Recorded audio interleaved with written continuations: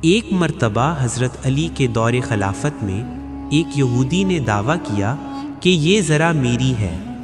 حضرت علی نے فرمایا، یہ ذرا تو میری ہے، لیکن تم کہہ رہے ہو تو آؤ قاضی کے پاس چلتے ہیں۔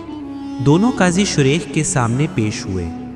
قاضی شریح نے پورا واقعہ سنا اور کہا، اے امیر المومنین، آپ خلیفہ ہیں مگر گواہ کہاں ہیں؟ شریعت کے مطابق بغیر گواہ کے فیصلہ نہیں ہو سکتا۔ حضرت علی مسکرائے اور بولے، قانون سب کے لیے برابر ہے، میرے پاس کوئی گواہ نہیں۔ قاضی نے فیصلہ یہودی کے حق میں دے دیا۔ یہودی حیران ہو کر بولا، ایک خلیفہ بھی میرے ساتھ عدالت میں کھڑا ہے اور فیصلہ میرے حق میں دے دیا گیا، یہی دین اسلام کا عدل ہے۔ یہودی نے فوراً کہا، یہ ذرا واقعی حضرت علی کی ہے، میں نے راستے سے اٹھائی تھی۔ اس عدل کو دیکھ کر میں گواہی دیتا ہوں کہ اسلام سچا دین ہے۔ اس نے وہی اسلام قبول کر لیا۔